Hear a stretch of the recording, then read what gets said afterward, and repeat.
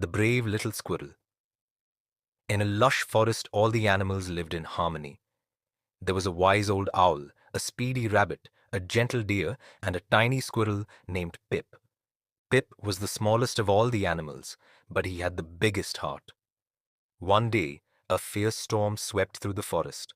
The wind howled, and the animals sought shelter. A tall tree, where a family of birds lived, began to sway dangerously.